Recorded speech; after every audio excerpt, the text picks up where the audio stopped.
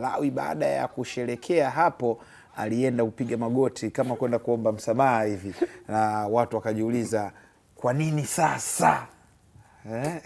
Kwa nini? Kwa nini sasa? Anamwomba msamaha nani? Na kwa nini? Afu wengi wanaombaga msamaha kabla ya kushangilia.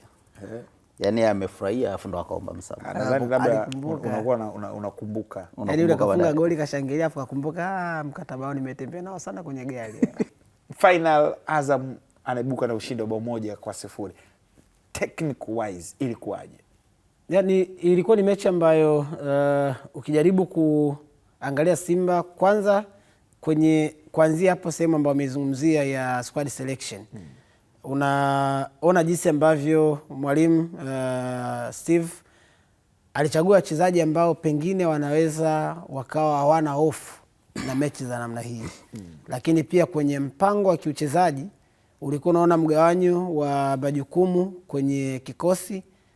Ulikuwa ni mpango ambao Simba aliingia na 4, 2, 3, 1. Lakini kwenye mpango wa namna hii kuanzia kwenye eneo la katikati, Nabi pamoja na Kante ndo alicheza kwenye hilo eneo.